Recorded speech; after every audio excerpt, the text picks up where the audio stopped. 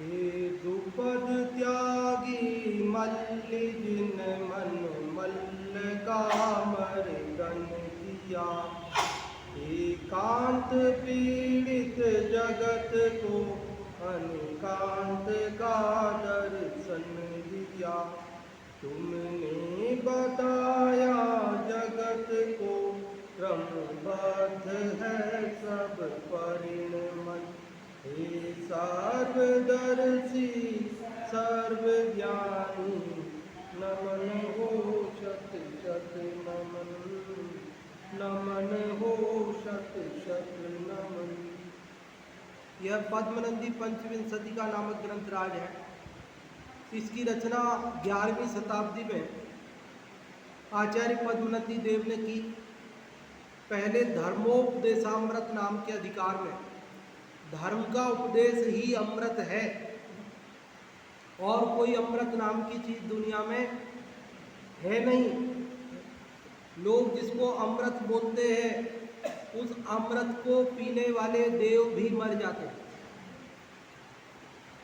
स्वर्ग के देवों को पीने अमृत मिलता है ना, लेकिन अमृत कहाँ हुए? आयु पूरी हो जाती है और तहते चय थावर्तन धरे इत्यादि पर्यायों तक आना पड़ जाता है। तो फिर अमृत नाम की कोई चीज है कि नहीं दुनिया में? तो कहते धर्म का उपदेश ही असली अमृत है जिसे पीकर जीव अमर हो जाता है। अनंत जीव सिद्ध परमात्मा इस धर्म रूपी अमृत का पान करके अमर हो गए हैं। तो इस धर्मोपदेश रूपी अमृत का पान आप और हम सब भी कर रहे हैं।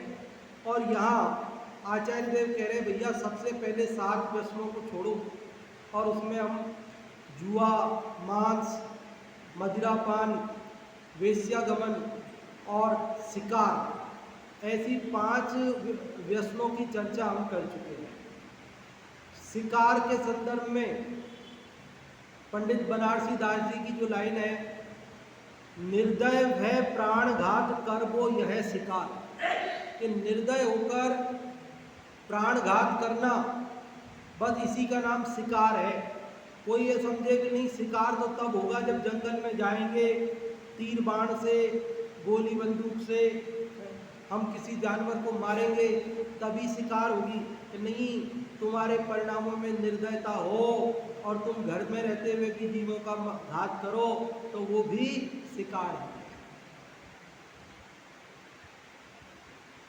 दया भाव पूर्वक यत्नाचार पूर्वक प्रवृत्ति करते हुए जीव मर जाए वो जुदी बात है, लेकिन निर्दयता से अयत्नाचार से प्रवृत्ति करने पर जो जीवों का घात होता है वो भी शिकार ही समझना।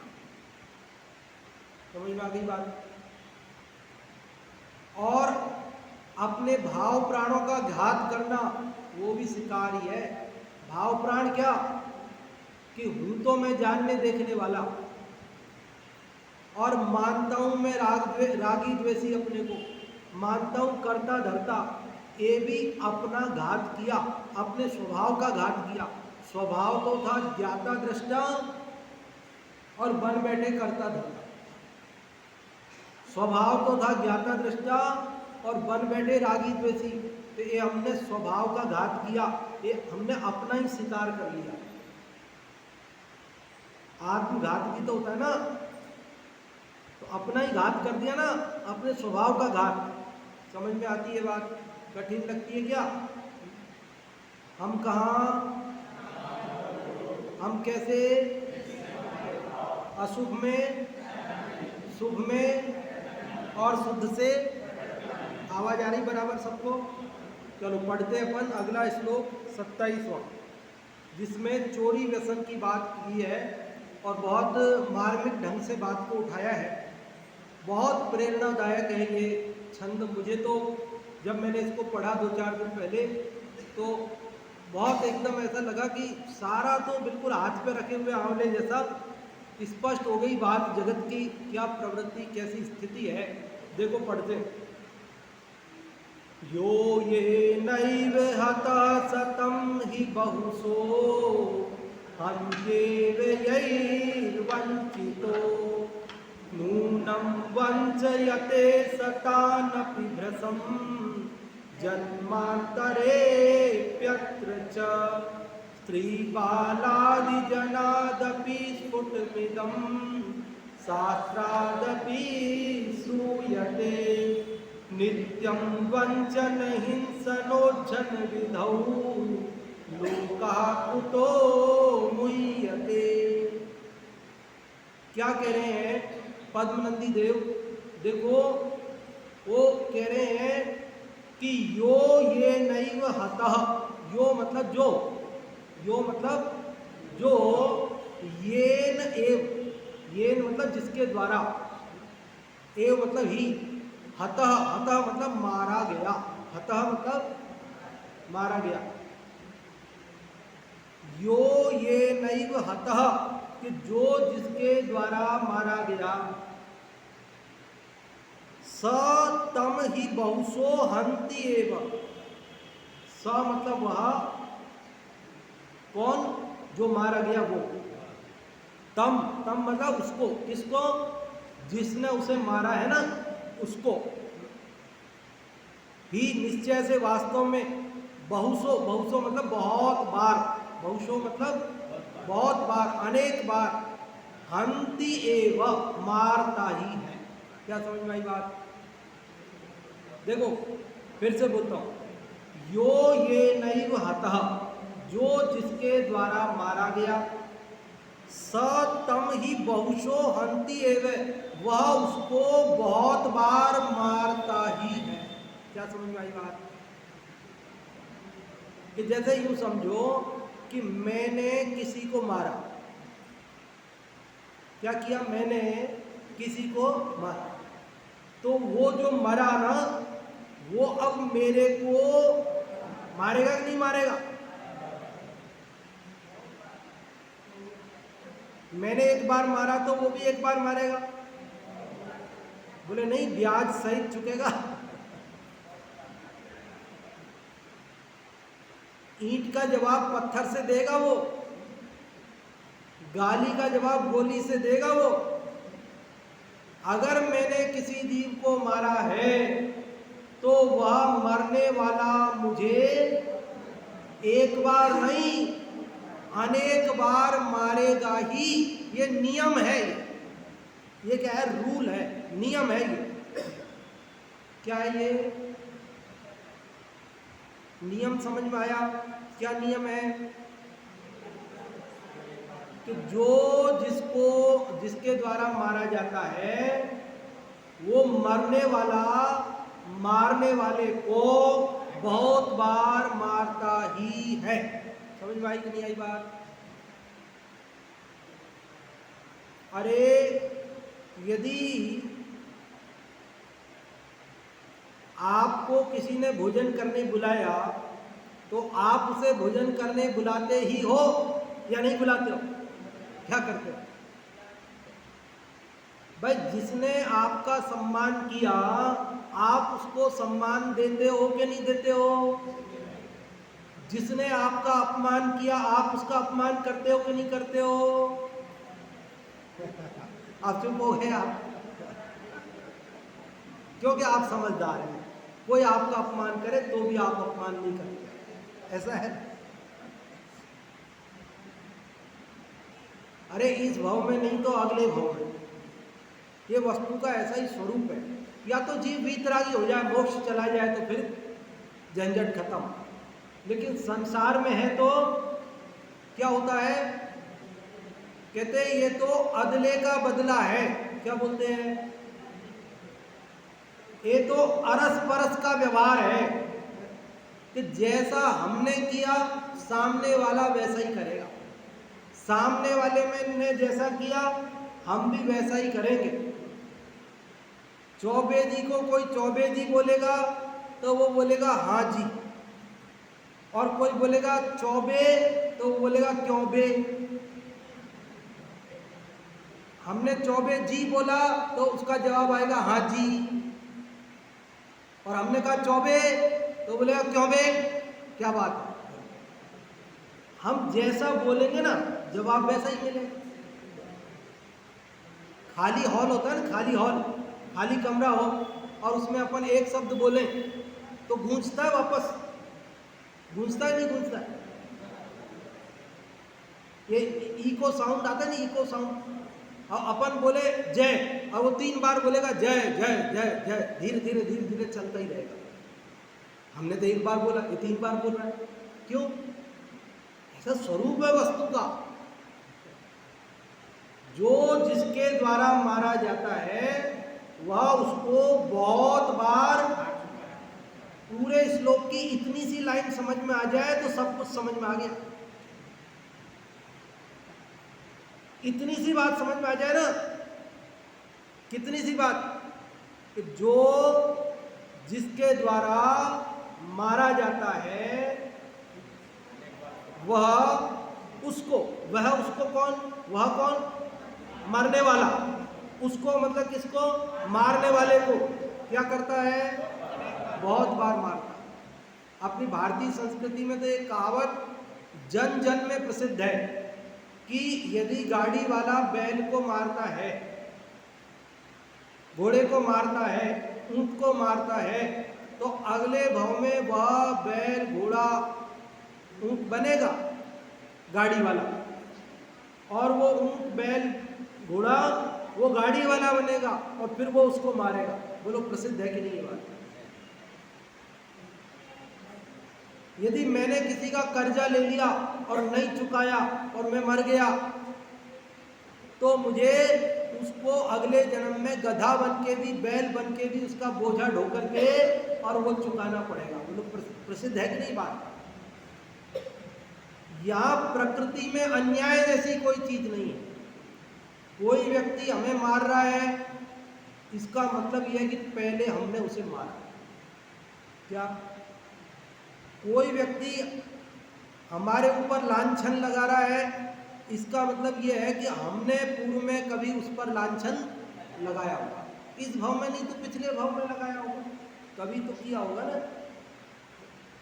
और नहीं किया होगा तो अगले भाव में हम लगा के बराबर कर लेंगे। देखो कैसा सिद्धांत है, बिल्कुल 2 और 2 गणित जैसा, 2 और 2 4 जैसा। देखो, यो ये नैव हता सतम ही बहुशो अन्त्येव यैर्वंचितो। अब दूसरा वाक्य चालू हो गया, यही वंचितो। यही मतलब जिनके द्वारा, ये एक वचन था और यही बहुवचन है ना। यही मतलब जिनके द्वारा, वंचितो, वंचितो मतलब ठगा गया, जिनके द्वारा ठगा जाता है व्यक्ति। नूनम निश्चित ही वंचयते, ठगता है, स वह, तान अपि उनको भी, भ्रसम बहुत अधिक। क्या समझ में आई बात? यही वंचितो, जिनके द्वारा ठगा गया। नूनम निश्चित ही वंचयते, ठगता है, स वह, कौन? ठग, जो ठगा गया ना, वो व्यक्ति। किसको? तान अपि उनको, किनको? जिन्होंने उसको ठगा था उनको। कितनी बार का? भ्रसम। भ्रसम मतलब बहुत अधिक। उसने थोड़ा सा ठगा तो ये और ज्यादा ठगेगा, ब्याज सहित ठगेगा। उसने 10 रुपए ठगे थे, तो अब ये ब्याज सहित ठगने वाला है उसको। तो साहब कब ठगेगा? कई लोगों को ऐसा लगता है कब ठगेगा, मैं तो कल ठग लिए थे, उसने तो कल ठगे नहीं, वापस मेरे थे, आज भी नहीं ठगे, 1 महीना हो गया, कब ठगेगा? मैं तो ठग लिए, ठग लिए, मैंने तो उसको लूट लिया, सो लूट लिया। उसने क्या लूटा मेरा? कुछ नहीं लूट, 4 साल हो गए, कुछ नहीं लूट पाया मेरा। अब क्या लूटेगा? ऐसा लगता है लोगों को। वो कह रहे जन्मांतरे, जन्मांतरे प्यत्र च, कि जन्मांतरे भी अत्र च। अत्र मतलब इस लोक में, और जन्मांतरे मतलब अगले जन्म में। इस जन्म में भी वापस ठग सकता है आपको, और इस जन्म में नहीं ठग पाया तो जन्मांतरे, अगले जन्म में ठग लेगा, और अगले में भी नहीं ठग पाया तो उससे अगले में ठग लेगा, और उससे अगले में भी नहीं ठग पाया तो उससे अगले में ठग। बात तो बराबर होगी, अकाउंट तो क्लियर करना पड़ेगा। आप चाहे अकाउंट इसी भाव में क्लियर करो, चाहे अगले भाव में करो, जितना लेट करोगे उतना ब्याज बढ़ेगा। जब अवसर मिलेगा तब वो ट्रेड, जब अवसर मिलेगा तब करें, ऐसे ही छोड़ो। ये बात समझ में आ जाए तो कोई व्यक्ति किसी को ठगे नहीं। ये बात समझ में आ जाए तो कोई किसी को लूटे नहीं। ये बात समझ में आ जाए तो कोई किसी की चोरी करे नहीं। ये बात समझ में आ जाए तो कोई कम तोले नहीं, कोई कम नापे नहीं, कोई झूठ बोले नहीं, कोई मिलावट करे नहीं, कोई किसी को मारे नहीं, और बल्कि क्या करे, सब। अब इसका उल्टा भी तो कर लो ना, जो जिसकी मदद करता है वो उसकी मदद बहुत बार करता ही है। क्या समझ में आई बात? भाई जो ठगता है उसको ठगता है, जो मारता है उसको मारता है। इसका मतलब उल्टा भी लगा लो, जो हमारी मदद करता है हम उसकी मदद करते ही हैं। बोलो, नहीं करेंगे क्या? पहले की होगी, या तो पहले की होगी, नहीं तो आगे करेंगे। दरअसल इस बात का हमको भरोसा नहीं। अगर भरोसा हो जाए तो दुनिया में से सारे अन्याय खत्म हो जाए। राष्ट्रपति रहे, भारत के राष्ट्रपति ज्ञानी जैल सिंह जी, ज्ञानी जैल सिंह जी रहे ना, उन्होंने ये बोला था, राष्ट्रपति रहते हुए ये बोला था। क्या बोला था उन्होंने? एक भाषण में ये बात बोली उन्होंने कहा, सारी दुनिया यदि जैन जीवन शैली अपना ले तो एक पुलिस चौकी की भी जरूरत नहीं पड़े। पूरे देश सब लोग जैन जीवन शैली अपना ले, सब लोग 5 अणुव्रतों का पालन करें, हिंसा, झूठ, चोरी, कुशील, परिग्रह उसका त्याग कर दें, तो अब पुलिस की जरूरत क्या है बताओ? एक व्यक्ति को मार देता है तो पुलिस की छावनी बनानी पड़ती है। हिंसा हुई तो पुलिस चाहिए, झूठ बोले तो पुलिस चाहिए, चोरी करे तो पुलिस चाहिए, कोई कुशील सेवन करे, माँ बहन को छेड़े तो पुलिस चाहिए, आवश्यकता से अधिक जोड़ के रख ले, अन्य लोगों को जरूरत की चीज नहीं मिले तो पुलिस की जरूरत पड़े। अब जब कोई व्यक्ति ऐसा काम ही नहीं करे तो पुलिस की जरूरत क्यों पड़े? बोलो, बहुत बड़ी बात है ये, छोटी मोटी बात नहीं है। और आप हम जैनों के लिए बहुत गौरव की बात है कि राष्ट्रपति जैल सिंह जी ने ये बोला कि भैया सब लोग जैन जीवन शैली अपना ले तो देश में एक पुलिस चौकी की भी जरूरत नहीं पड़े। ये जो हमारी इमेज है ना, वो इमेज अपने को कायम रखनी चाहिए। ये जो हमारे बारे में प्रसिद्ध है, ये बात हमारी ऐसा नहीं हो कि धूमिल हो जाए। हम में से कोई व्यक्ति ऐसा काम कर बैठे जिसके कारण लोगों को कहना पड़े, ऐसी स्थिति नहीं बने। इसलिए 7 व्यसनों का त्याग प्रत्येक व्यक्ति को, किसको? 7 व्यसनों का त्याग किसको? वो कह रहे 5 अणुव्रत बाद में, 11 प्रतिमा बाद में, 3 गुणव्रत बाद में, पहले 7 व्यसन का त्याग तो करो भैया। कौन से 7 व्यसन? जुआ खेलने का त्याग, मांस खाने का त्याग, शराब पीने का त्याग, वेश्या के यहाँ जाने का त्याग, शिकार खेलने का त्याग, और ये चोरी करने का त्याग, और इसके बाद है परस्त्री गमन का त्याग। तो यहाँ चोरी करने के त्याग में बात समझ में आई, 2 लाइन समझ में आई आपको?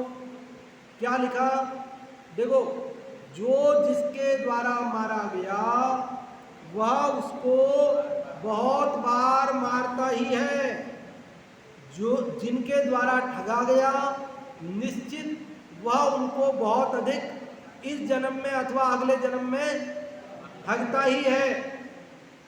बोले आपको क्या पता ये बात? कोई गए पद्मनंदी देव से, आपको क्या पता? तो कह रहे स्त्री बालादि जनादपि स्फुटमिदं शास्त्रादपि श्रूयते। भैया ये बात तो स्त्री, महिलाएं, बाल, बालक आदि जन, आदि लोगों के द्वारा स्फुटम, स्पष्ट रूप से इदम, यह शास्त्रादपि, शास्त्रों के द्वारा भी श्रूयते, सुनी जाती है। अरे ये बात तो जग प्रसिद्ध है, महिलाएं भी आपस में बात करती है, भैया इसने उसको मारा, वो उसने मारे, वो बदला लेगा ही लेगा। बच्चे भी बात करते हैं, बच्चों को भी पता है उसने उसको मारा था कल, तो आज वो मारेंगे 4 जने मिलके उसको। पहली क्लास में पढ़ने वाले बच्चे हो ना, पहली क्लास में पढ़ने वाले, छोटे छोटे नर्सरी के बच्चे हो, नर्सरी के, तो भी एक बच्चे ने अगर दूसरे बच्चे को मारा है तो क्या अब ये मारेगा उसको? क्यों? उसने मारा ना इसको। सबको पता है ये बात, किसको पता नहीं है? स्त्रियों को, बालकों को, इनको सबको बात पता है। इसका मतलब आबाल गोपाल को पता है। किसको पता है? चाहे पढ़े लिखे हो, चाहे बिना पढ़े लिखे हो, चाहे शहर के लोग हो, चाहे गांव के लोग हो, चाहे कोई ऑफिसर हो, चाहे कोई किसान हो, चाहे मजदूर हो, सबको ये बात पता है। और शास्त्र में भी यही लिखी है, शास्त्रादपि श्रूयते, शास्त्रों में भी यही बात सुनी जाती है। तीसरी लाइन समझ में आ गई? स्त्री, बालक आदि लोगों, शास्त्र आदि के द्वारा भी स्पष्ट रूप से यही बात सुनी जाती है। नित्यं वंचन हिंसनोज्झन विधौ लोका कुतो मुह्यते।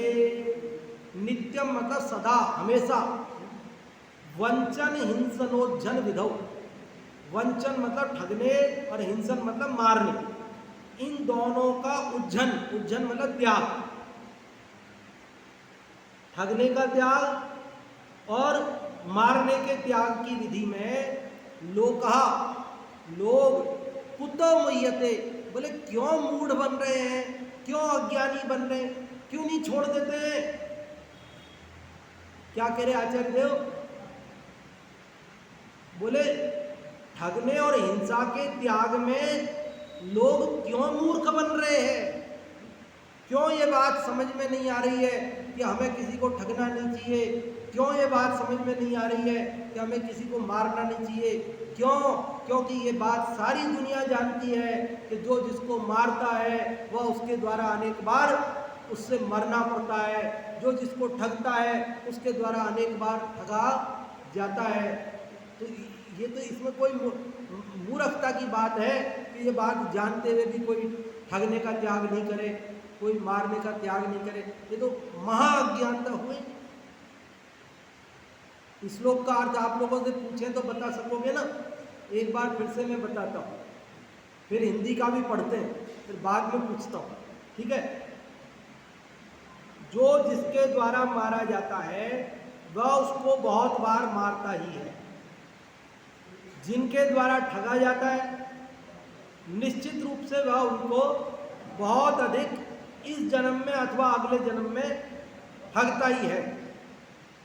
यह बात स्त्रियों, बालकों, शास्त्रों आदि के द्वारा सुनी जाती है, कही जाती है, पढ़ी जाती है।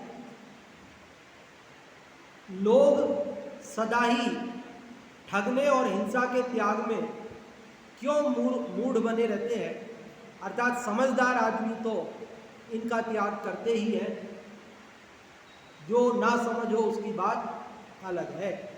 ये बात, इसका अर्थ है। पद्यानुवाद भी पढ़ते हैं, एक बार देखो, सब लोग साथ में पढ़ो।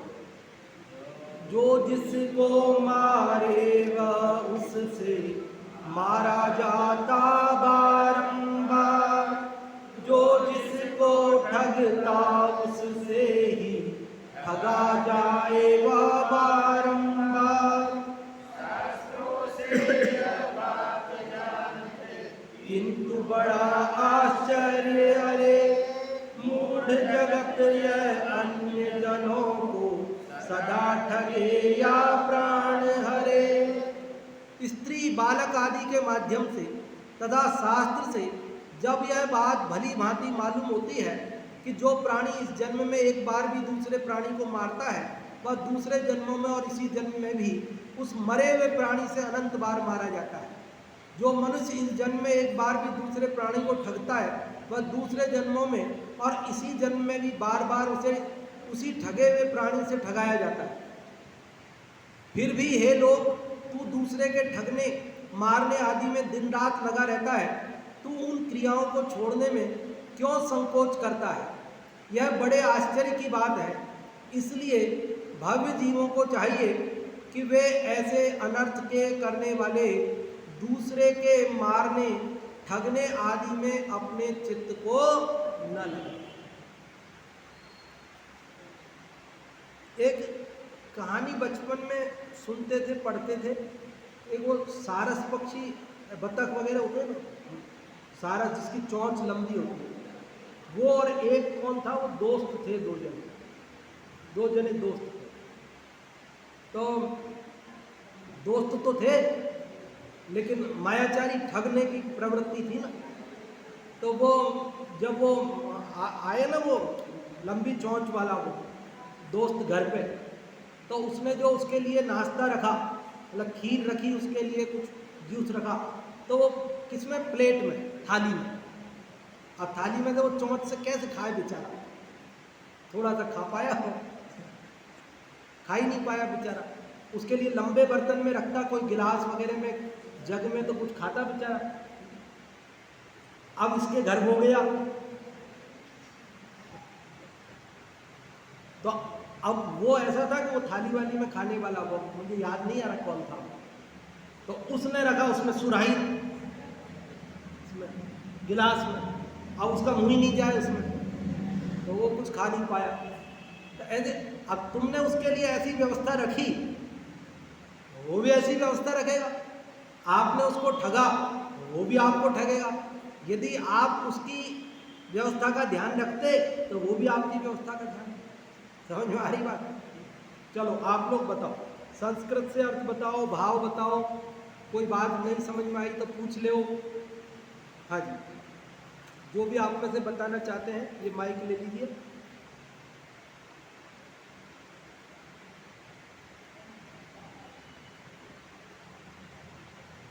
बता रहे हैं, जो भी आप में से वो बता दें, तो ये माइक ले लीजिए और बताइए। जो समझ में आया वो बताइए, थोड़ा बहुत बताइए, पूरा नहीं तो।